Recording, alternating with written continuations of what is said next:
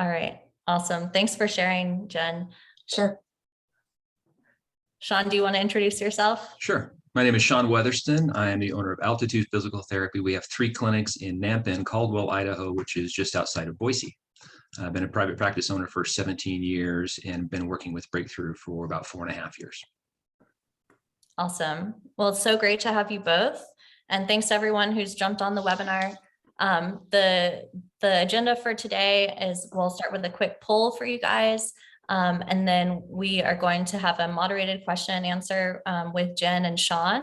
We'll share a little bit about Breakthrough, and then we'll answer any of your questions. So throughout the conversation, we'll just keep this really interactive. So if you have any questions during our conversation, feel free to drop them in the Q&A box or just in the chat panel. And we'll be sure to keep an eye on that and incorporate your questions. So to start out with a quick poll for today, let me just see if I can, launch this poll. All right, should be coming up on your screen. And if you guys just want to take a minute to answer, what's your #1 practice goal today? So lots of options we've given you here. These may all be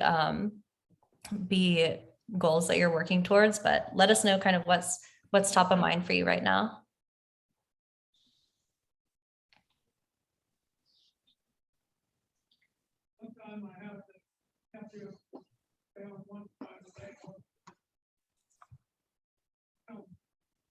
Give you just another minute to answer.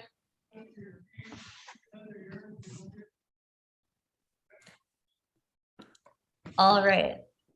Looks like 67% of participants are saying increase patient visits. 17% say creating consistency with patient visits, so kind of similar there. And then another 17% on hire more clinicians. So those top 3 are increasing patient visits, creating consistency, and then hiring more clinicians. That's what we've been hearing from a lot of practice owners that we've been talking with, is the challenge of creating consistency and preventing kind of the ups and downs in patient volume that are so common. How do we create consistent growth? And then of course, I know that hiring challenges have created a lot of challenges for practice owners over the last year or 2. So I'm actually going to stop the share now and just let us have a conversation. Actually, Jen and Sean were both at the Breakthrough Live event this past weekend. So we had dozens of practice owners there out in Denver talking about some of the biggest challenges that they're having lately and talking through solutions. And I would love to just hear from you guys. What were some of your biggest takeaways, things that you were hearing from that event? It was a tremendous event. I think it's always really fun to get with practice owners that are sharing similar struggles that you are. We all know that. I think sometimes we have this impression that we're competitive with each other in business and in private practice. And the reality is I think we all have something to share. And that's really something that comes through in the Breakthrough Live event. It's definitely about sharing our struggles, sharing our triumphs, and learning really better ways to implement certain processes and systems into your practice to help it grow. Yeah, I would agree. It's been interesting. So now that I've been doing this for a couple of years, going to these events, you see owners at different stages along the process of being able to implement and the success that they're having with the implementation. So it's been very neat for me to be able to see that some of the newer owners, being able to commiserate with them a little bit and see some of the struggles and some of the challenges they're dealing with, and when they're first getting going, and the struggles that they had that led them to look for a partner like Breakthrough in the first place. But then also being able to see people who have continued longer than what I have, and the success that they're having, and be ready for that next set of challenges that type of growth will bring. Great. Can you guys speak to any of the common challenges that you were hearing then? Or if you want to just speak for yourself, I'd love to hear kind of like what you're dealing with in your practice today as well. Sure. I think common challenges that came through at the live event and that we're experiencing here in Fort Worth, Texas is hiring. When you get to a point where you have visits coming in and you're ready to hire another practitioner, hiring has been somewhat challenging lately, just trying to find PTs and PTAs, but also finding the right fit for your practice. I think that's something that's super important. Those are some of the challenges that we're going through at this point. Increasing patient visits since we incorporated the breakthrough system, and we offer workshops and reactivate past patients. The patient visits continues to improve, which is really refreshing. When I first joined Breakthrough, I knew that we needed to be able to have a way to go directly to the consumer. And by going directly to the consumer, it means that we could increase volume, increase visits, increase visibility of our practice. And so the Breakthrough system definitely has worked for us. And as we have overcome the challenges of bringing in new visits, now it's staffing appropriately so that you can manage the ship and keep it level. And I would agree 100%. Having implemented the breakthrough system and having it consistently bring patients in for the last 4 years, staffing is my big challenge right now.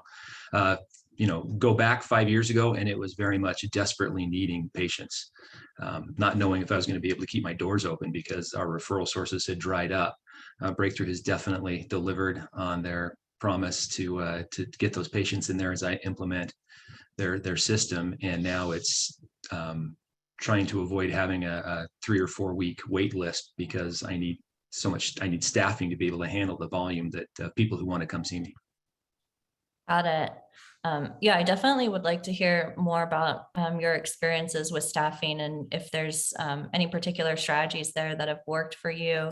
But I think before getting into that, just can you talk a little bit more about your practice growth journey? I know both of you have seen pretty rapid growth at your practice. I think, Jen, you were telling us you've almost doubled patient visits within was it the last year? Yeah.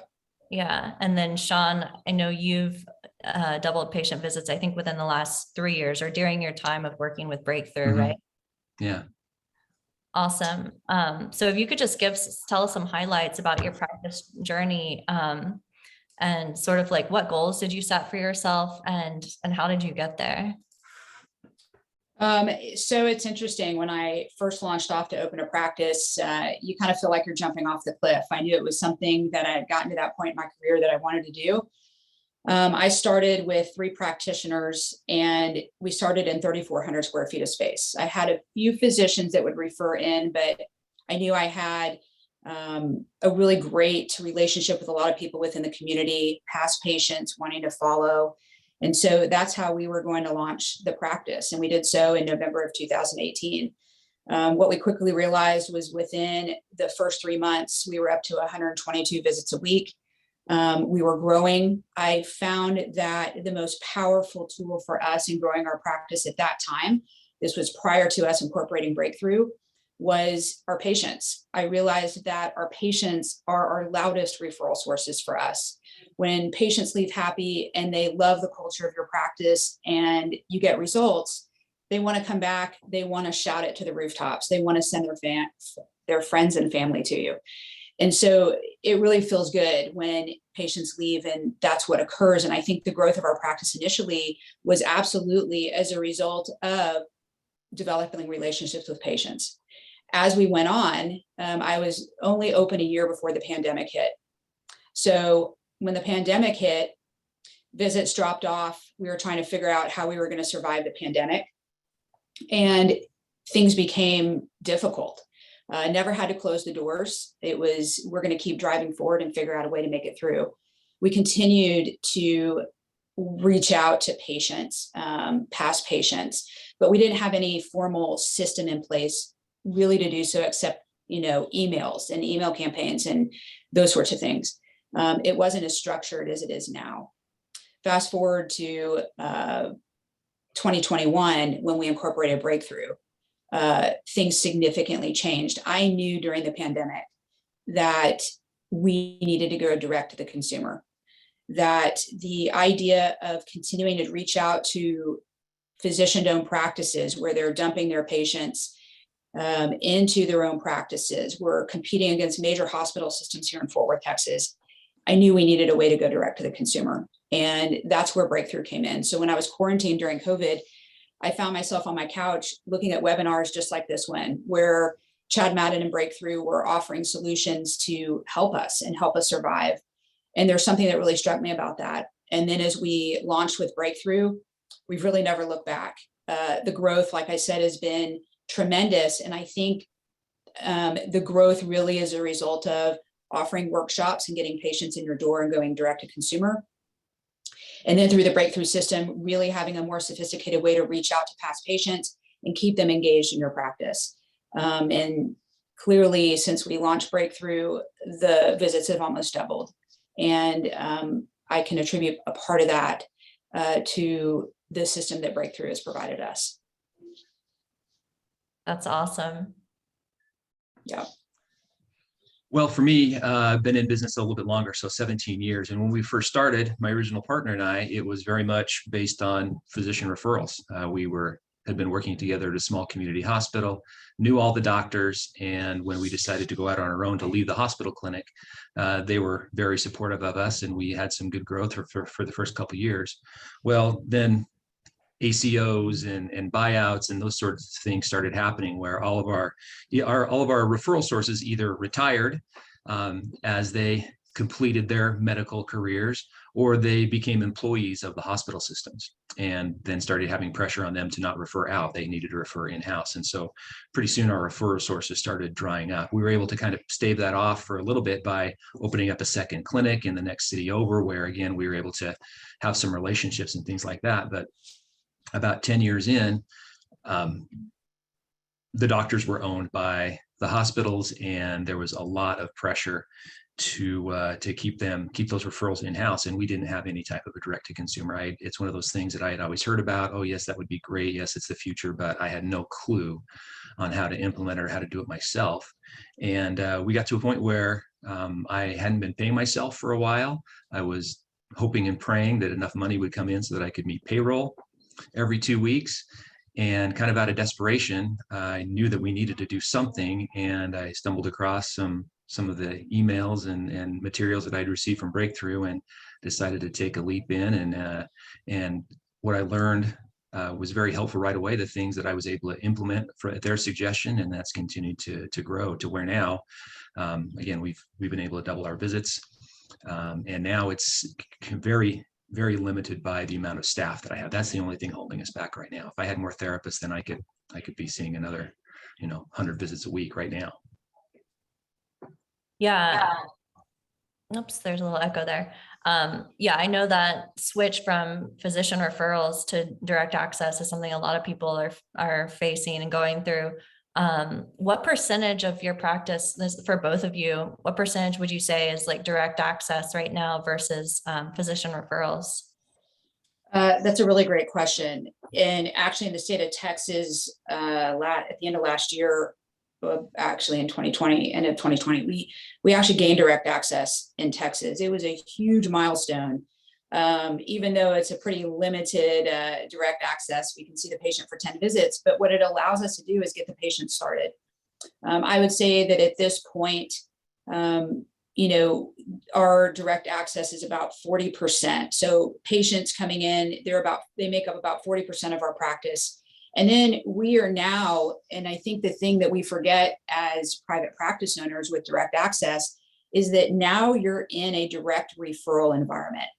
You now have the ability, with a live patient coming in, they haven't seen a physician before, you now have the ability to refer that patient to an orthopedic, for example, and establishing those relationships with the orthopedic.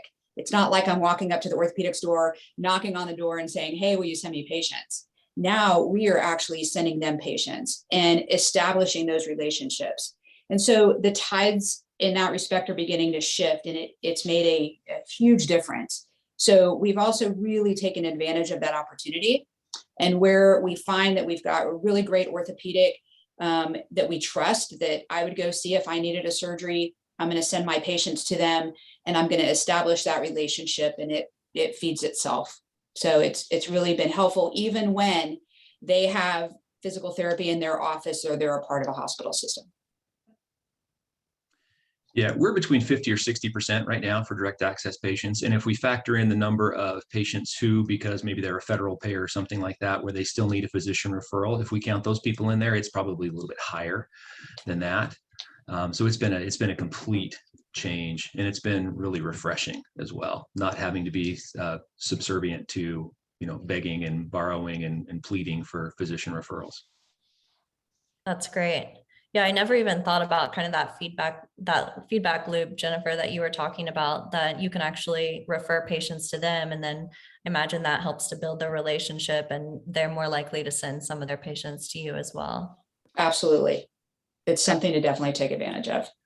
Yeah, that's very cool. Well, kind of, and I know with the breakthrough system, there's like a lot of different aspects of it. There's the advertising, the emailing to past patients, kind of the done for you campaigns. What would you say are kind of like the top 2 to 3 marketing strategies that you've implemented that have been worked the best for you and that you rely on the most? I think for us, we started offering the workshops. I think the workshops have been a great way to advertise. It gets your name out there, and bringing live patients into workshops. And we've been running workshops now since the beginning of since January 2021. And in these workshops, we typically have anywhere from 10 to 20 potential patients. And the workshop's a lot of fun to give and lead. It's very encouraging to be able to provide information to people that are suffering. So there's a portion of our patients that are coming directly from workshops. And then it's very common when they come in for their shoulder and they see everything you can do, all of a sudden they're like, I'm having some low back pain, and hey, can you look at my foot? And so all of a sudden one body part ends up being multiple body parts. And if you're the type of practitioner that we like to hire in our practice, they're wanting to send their family and friends to you as well. So you underestimate the potential of just one patient to then be a referral source. I think the other thing that's been super helpful is that the breakthrough system does a great job at reactivating past patients. Through email campaigns that go out through a very sophisticated system, we're able to drive emails to patients that are personal, that reach out to them. Are you suffering with foot pain? And, as we get into the spring, we kind of target our email campaigns. We know people are getting out more, they may be running more.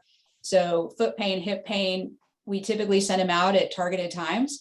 And you can't believe, I think we sent out a foot email blast to our past patients recently. And I want to say at this point, there was 70 to 80 responses back of people that were responding back to the email and that potentially had a problem. And then if you have a system in place to then contact those people and bring them back into your clinic, it's a way to keep them coming back in the door. And I think probably with Breakthrough, those have been the 2 most valuable things that have continued to help us grow the practice. That's great. Thank you. Sure. For me, the workshops have been huge.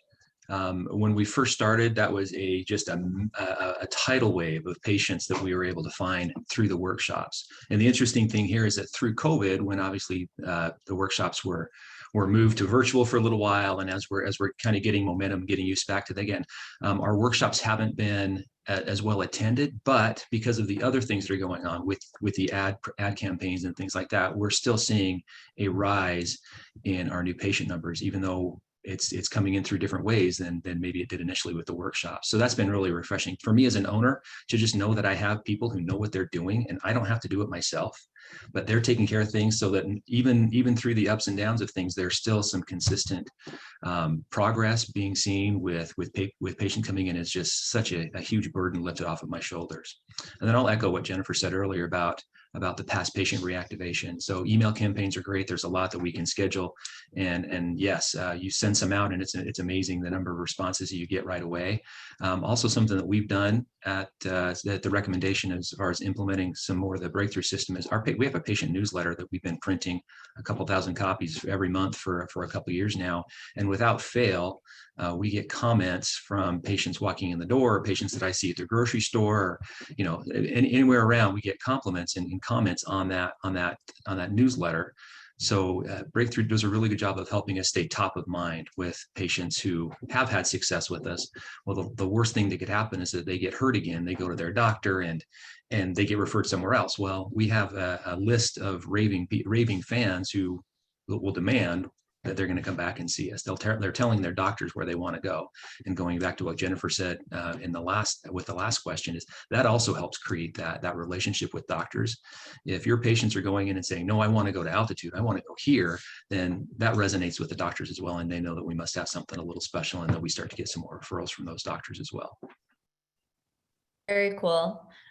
Since you both mentioned workshops, I was wondering if you could talk a little bit more about your experience with that. And you both have been doing them for a while now, but if you can think back to like when you were first getting started with workshops, can you talk a little bit about what that experience was like and how it's going? Sure. The workshop initially, the idea of hosting a workshop seemed daunting at first. I thought, how am I going to make this presentation and convince people that they needed to come in for therapy to get help? One of the things that I did was, Breakthrough does a great job. They have a whole university of information for private practice owners. And when it came time for the workshop and how to deliver a workshop, I literally watched videos of people providing workshops and was watching the way in which they delivered, what they said, how they closed. And since then, the first workshop is a little nerve-wracking. You're never really sure how it's going to go. Typically in a workshop, we try to do a 5-minute miracle where we run a shoulder workshop and we talk about mobilizing the first rib, and we bring somebody up and show the significant improvement of them being able to lift their arm just a little bit to all of a sudden now they can lift their arm completely. And I think with it gains buy-in. And if you're a part of that and you watch that, it's super exciting to watch these people transform. They come in, typically it's on a Tuesday night. They're kind of tired. They're sometimes more engaged than others. But typically at the end of a workshop, I feel super invigorated that these people are very excited. You have definitely demonstrated yourself as the expert. They want that. They want to come into your practice. They've now seen the building. They've sensed what goes on there, and it makes a huge difference. And moving forward, we've tweaked our workshop a little bit here or there, but all in all, it's been the same really since we started. And just watching, getting people engaged and having conversation about their shoulders in this case has been really powerful, and just it's been really exciting. It does not seem like a burden at this point anymore. It's more exciting. What new patients are we going to be able to pull into the practice today and help? I was definitely nervous. And for me, the thing that I was most hesitant about was the closing and the sales pitch. I mean, as PTs, we know we have a lot to offer, but we are we're capable salesmen, but we don't want to call it that. We hate that attachment that we're having to sell somebody something. So once I got over that, and then I love them. They're a lot of fun. And one thing that I've noticed is that initially it seemed like we were kind of attracting the train wrecks, people who had been through just all kinds of medical issues and failed surgeries and that sort of things. One of the things that I've noticed over time is that we are really attracting people who this is their first stop. The workshop might be their first stop in trying to get some help. So instead of people who have gone through, and we still get a few of those, obviously, people who have been on medications for wherever and seen every physician under the sun and tried all kinds of alternative remedies and things like that. But what I'm seeing more and more is there are a lot of people out there who have shoulder pain or knee pain or what have you, and they're looking for answers that don't involve medications, that don't involve surgeries, they don't involve injections, all those types of things. They're looking for ways to fix that without those invasive procedures, and we're their first stop. And to me, the workshops really put PT where we should be, because really we are the experts in musculoskeletal medicine. We have the best tools to be able to fix things sooner rather than later, without the scalpel, without the prescription pad, without the needle. So the workshops have really put us in a great frame of mind with the public to position ourselves as the number one go-to provider for the best, most effective, cheapest, quickest, however you want to name it. It's putting us in our spot where we should be as a preferred provider for this type of pain. Awesome. I imagine that doing a workshop and having like, I don't know, maybe like 15, 20 people in one room, does that make the initial evaluation a little bit easier? Like they've already, like you said, Jen, they've already come in and seen the building. They know a little bit about you now. So do you see that at all, that there's actually like a bit of efficiency there? Absolutely. I think they come in excited. They come in, they've seen you speak, they know what you're able to provide them at that point, and they're super hopeful when they come in. So having a very hopeful patient, it helps to unlock their potential to heal, that you've already inculcated them into your practice and what you're going to do with them. And when they walk in the door, there's a sense of ease. I think the other thing that's really important to note, and I love the fact that Sean is seeing, people that haven't been to the doctor before. And we see a lot of that as well. But I'll tell you, the other really interesting thing that we see within these workshops is you see people that have had failed surgeries. They've had, and so what's really interesting is turning their mindset. When someone's had a failed surgery, they're still in pain. They think, I even had an operation, I've had injections. And you talk about things and why what you do in your practice is a little bit different. Maybe it's not just a structured exercise program. There's a lot of manual therapy involved. And we're a heavy manual therapy clinic. And I ask patients, did your therapist ever touch you? Did they ever put their hands on you and mobilize your shoulder or mobilize your first rib or any of these things? And I said, how many people even know where their first rib is? And do you know if your therapist worked on it? And many times it's crickets in the room. And so when you start talking about things that patients have not experienced before as well, even some cash pay services in your practice, like our laser, things that will help boost their healing potential, it's very exciting to watch and to be able to pull those people in and turn them around. Yeah, with the workshops, you're able to start building that rapport. So it definitely is easier from the get-go. I think the biggest fear of a lot of private practice owners is you work really hard to get somebody in the door for an evaluation, and then what? Are they going to keep coming through? And with the workshops, they already trust us. That relationship has already been built. Because they've seen us, they've had that groundswell of enthusiasm from the workshop, and that definitely does help. It has helped with our stats for both arrival rates, for carrying people out through the entire plan of care. It's also having my other therapists come to the workshops and working on getting them to present things. It makes them better at that evaluation as well. So they know how to engage the patient, how to build rapport, and how to seal the deal with patients and get them on board with the vision for where we can help them get. Great. Just a reminder for everyone, if you have any questions for Sean and Jen, and want them to go into any more depth into anything, feel free to drop that into the Q&A box, and we can definitely incorporate some of your questions as well. I think both of you guys are probably like PT marketing direct access pros at this point. But what would you say for someone who's kind of like just getting their feet wet with marketing? They've really relied a lot on physician referrals, or they've tried it and they're not sure what works and what doesn't. What would you recommend in terms of like where they start? Well, for me, to be quite honest, initially, we all know that social media is alive and well. And for me, initially, prior to launching actually with Breakthrough and having this very sophisticated system to track referrals coming in and track where patients are coming from, I had a marketer that would post things on Facebook to get our name out there and those sorts of things. And the problem that I had was I wasn't real sure how effective that strategy was. I had no way of tracking, except for some of our paperwork at the front. How'd you hear about us? Not everybody fills in that blank on your form. And so you get somewhat of an inaccurate picture of really where people are coming from. And so we were doing marketing. I just wasn't sure how effective it really was. And there is a lot of strategy that goes behind the ads or the videos that these potential patients are seeing. Things that, I'm a physical therapist. I'm not a mastermind marketer.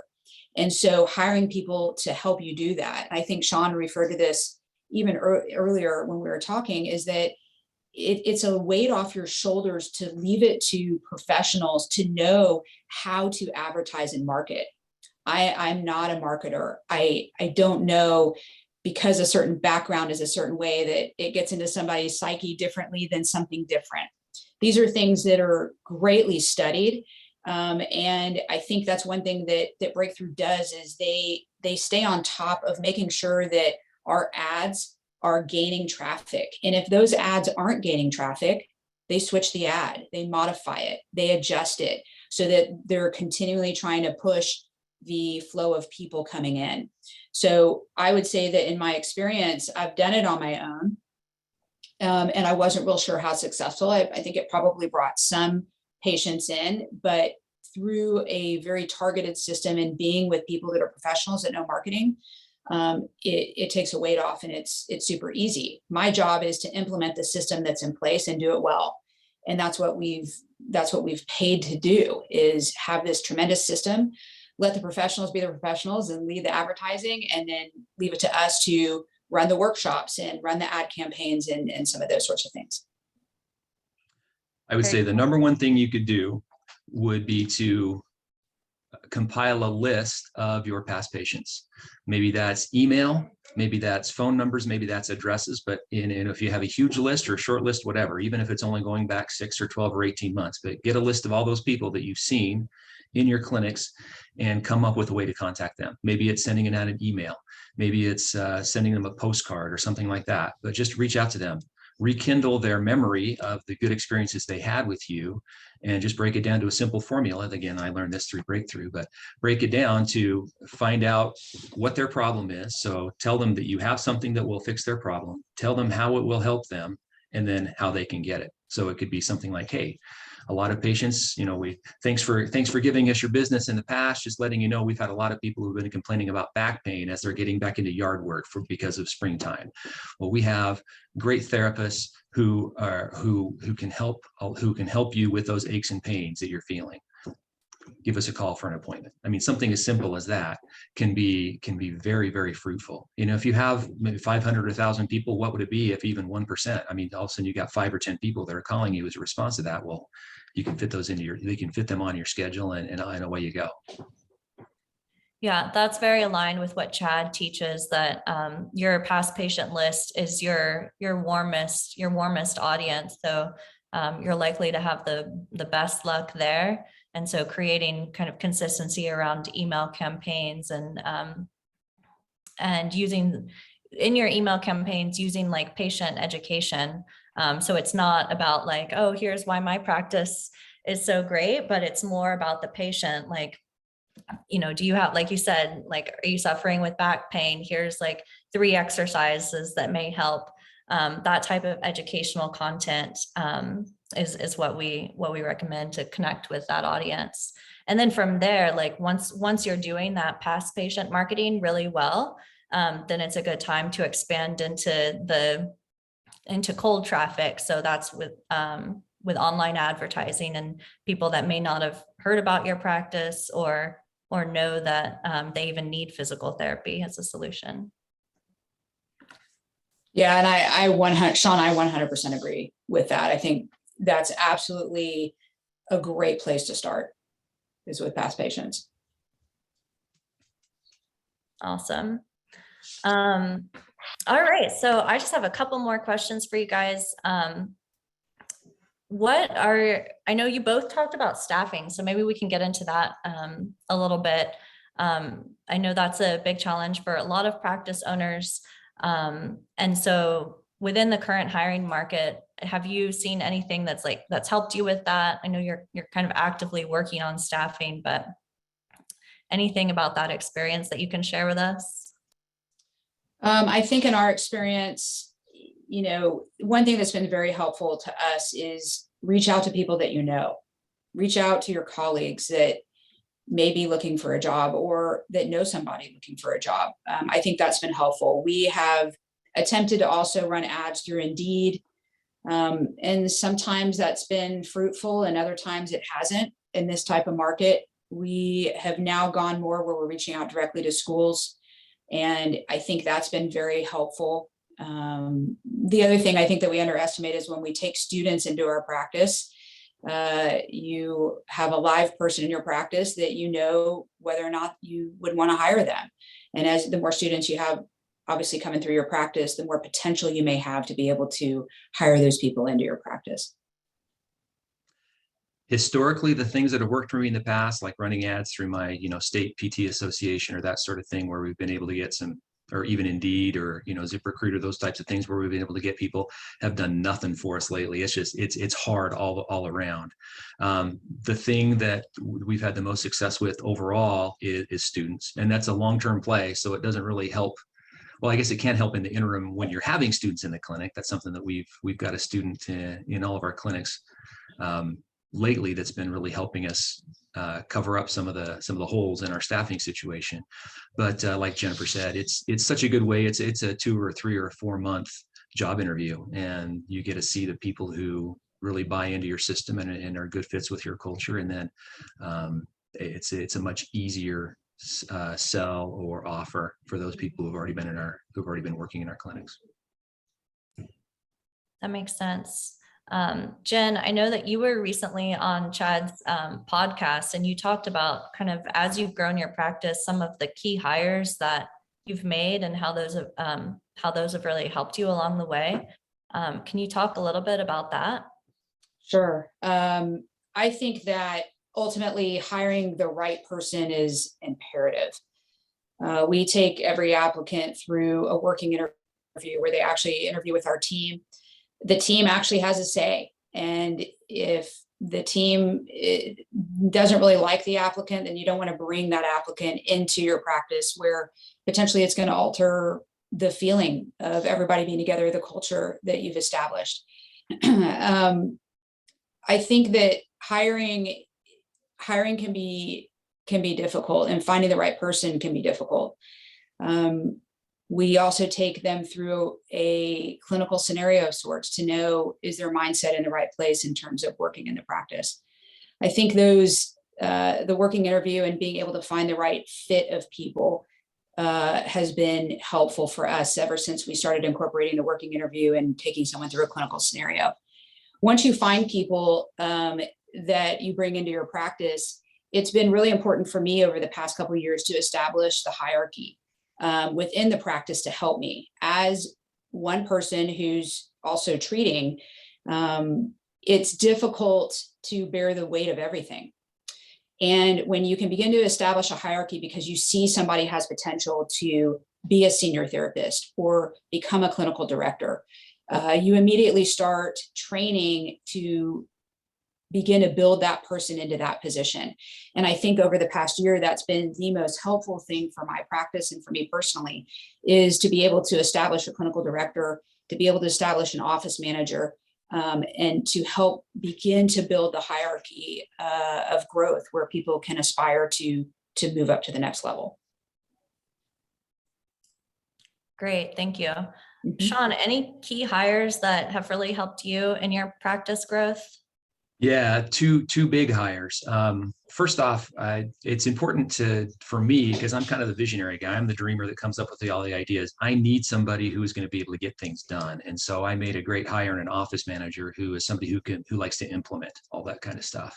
So she's really good at helping train the staff and the front office staff as far as getting the systems in and the procedures and things like that help guarantee our financial success, even things, collecting copays and making sure that authorizations are done correctly and all that sort of thing has been really helpful. So office manager who is an implementer has been huge. And I think all equally as important is I hired my replacement in the clinic. So to not have to treat patients full time, I still treat some, but having the ability and the time to be able to devote my time and my energy to building the business up, instead of working in the business 40 hours a week and then working on the business another 30 or 40 hours a week, to just be able to focus my energy onto working on the business has been great. And it's been amazing how much quicker we've grown when I stepped away from doing that role. For me, 3 locations, if I'm bogged down at one treating patients, then I don't have a great pulse, a great feel as to what is going on in the other 2 clinics, and things have the tendency to get off beat a little bit. But if I'm there making sure that things are being followed the way that we have set things up, it's been really helpful. The team also feels much more engaged. Our culture is so much better, and we're all rowing in the same direction when I'm not treating as many patients, which I know sometimes is a leap. We always worry that, oh, how is it going to be without me? I'm the one that everybody wants to see, and I'm the face of the clinic. If I'm not treating patients, then everybody's going to think ill of me, or that I'm trying to mooch off of the hard work of others. And I haven't had that experience at all. Everybody, in fact, has been super supportive, and really, it goes a lot more smoothly in every way when I'm the fewer patients that I treat. Awesome. Yeah, I think that's something that we hear a lot, is that, and clinicians like to treat patients, right? That's what you were trained to do. But as you're growing your clinic, it does become more about like working on building your business and empowering others in your staff to take on some of that role of treating more patients. So we have a question from Renee. She said, when promoting clinicians, what is their role in building the business, and they have additional admin tasks? So in promoting our clinical director, she's still a treating PT.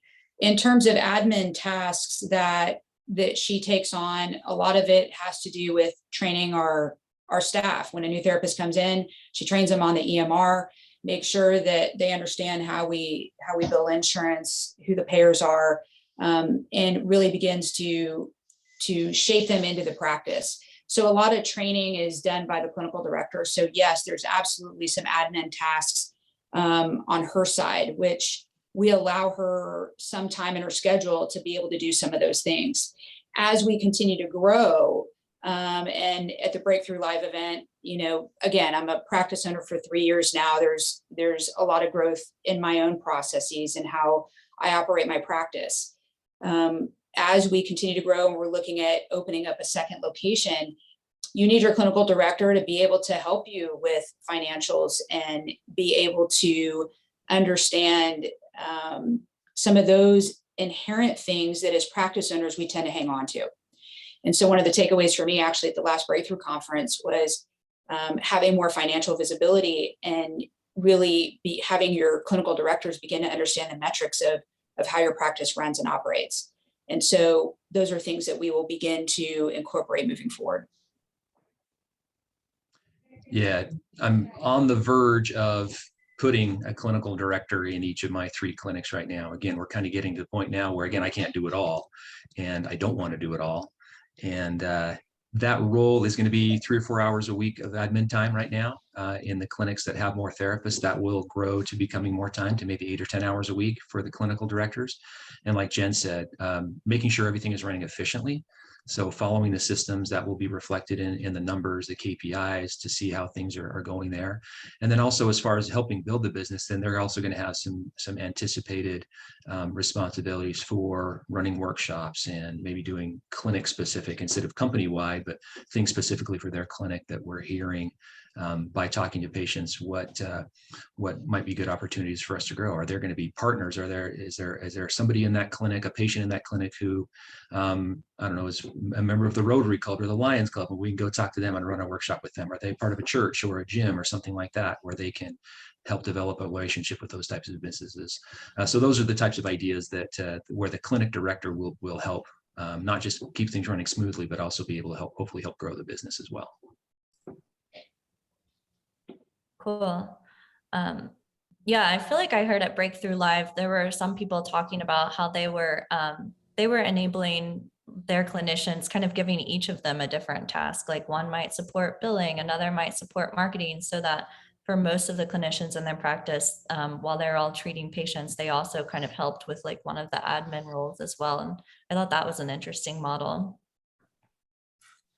Who do you guys actually have supporting the breakthrough system? Because I know as much as like where breakthrough does a lot of the marketing work for you, it also requires some time from your team as well. So I'm just curious how you're managing that. So yes, I think that's been the most eye-opening thing, is obviously in order to manage the breakthrough system, you have to have somebody behind the scenes managing the system. In my case, it's my office manager, Liza. She does a tremendous job at continuing to keep up to date as things are coming in and keep the system updated. There is time and effort that goes into that. You are absolutely going to get out of the system what you put into the system. And so she's currently doing that work for us. When it comes to getting patients into workshops, my front desk are the people that are fielding those initial calls. And so training those people to get them in and make sure that that call goes well. There's training that goes behind that. So your front desk staff, those people that are the first people on the phone picking up the call with this potential patient, there's things that have to occur from a training perspective and what they're required to do in their role in terms of entering those conversations into the system as well. And then right before the workshop, if I'm the presenter, I am making calls to patients that we have confirmed. And so they actually get to speak to the presenter. The presenter calls, all of a sudden they go, oh, the presenter is calling me. And it all of a sudden takes on a new meaning. And it's just one more level that really helps drive people to the workshop. So I would say front desk, my office manager, myself, we all take a part in managing the breakthrough system. Yeah, for me, it started off having one of my front desk people a lot, maybe 5 or 10 hours a week to handle the initial influx of calls and requests for workshops and things like that. That quickly grew to where I hired a marketing assistant who was working for me full time, but half of her time was spent with front desk and then the other half with marketing. That quickly became a full-time position just for marketing. And right now we have kind of 1.5 people. So I have a full-time marketing assistant, and it's grown to where we have kind of created another position called referral coordinator. So we have one person who spends about 40 hours a week with referrals. About half of those are physician referrals that need follow-up and authorizations. The other half are dealing with the breakthrough referrals that we get. And again, as we continue to grow, as we add more clinicians, then we'll just keep hiring. Maybe that looks like we have a marketing person for each of my 3 clinics. Maybe we keep it more central and kind of spread things out. We'll see where the workload goes, but it's been really fun to watch it grow. And the nice thing is that those positions pay for themselves, because the number of new patients that we're getting and the increased revenue just automatically, it makes it really easy to pay for these extra staff members as well. Great.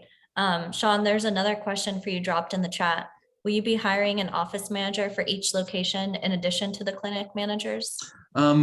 Again, haven't decided that yet. Probably not. Probably have right now the current setup is that my office manager is at one of the locations, and she doesn't do any real front desk coverage. She will for vacations or sick or something like that, but she isn't scheduled to be working at the front desk. Her main job is to kind of work behind the scenes to make sure that the patient care coordinators of the front desk people at each of the 3 clinics are following things appropriately. She's also the main liaison for a billing company and that sort of thing. So she's got quite a bit going on. So I don't anticipate that we'll have an office manager at each one. As we grow to where we have multiple front desk people on staff at the same time, then I'll have a lead PCC is what we call them, patient care coordinator. I'll have a lead PCC or a senior PCC in each clinic, I'm sure, but I don't anticipate hiring an office manager for each clinic. Got it. Cool. Well, thank you both so much for sharing so much about your experience growing your practice and working with Breakthrough. I'm about to launch another poll. If anyone is interested in learning a little bit more about the Breakthrough system and getting a demo of the system to see how it would work for your practice, you can answer yes in this poll, and we'll be following up with you shortly to schedule a demo. So I'll leave that up for a second. And then I just have one final question for you guys. where are you looking to grow in the future with your practice? What are your future goals? Initially, if you asked me when I started, I didn't really realize my goal was to open up another location. As time has gone on and you realize that as you grow and you continue to help more people, you continue to have a larger impact within the community. The next step for us is opening up location number 2. Awesome. That's exciting. For me, it's doubling visits again. So I've doubled it in the last 3 or 4 years working with Breakthrough, and I'd like to be able to double that again. The reasons, I mean, we can help a lot more people. There's so much, again, I referred to just the clientele, the crowd that's been coming into the workshops, people that are looking for answers that don't involve surgery or medications, or people who have done that and not had the success they're looking for. PT is a wonderful profession. There's so much that we can do to help people. So I'm very invested in doing that. And the other part of it is I want to be able to grow because I want to be able to have some freedom in my time and my efforts. I've got a couple of grandkids now. I have a lot of things that I'd like to be able to do outside of the clinic, and I want to be able to enjoy that as much as possible as well. Absolutely. All right. Well, thank you both so much. I really appreciate your time, and thanks for being such amazing rock star Breakthrough customers. And thank you to everyone who joined the webinar. I hope that you all have a great week. Thanks. Thanks.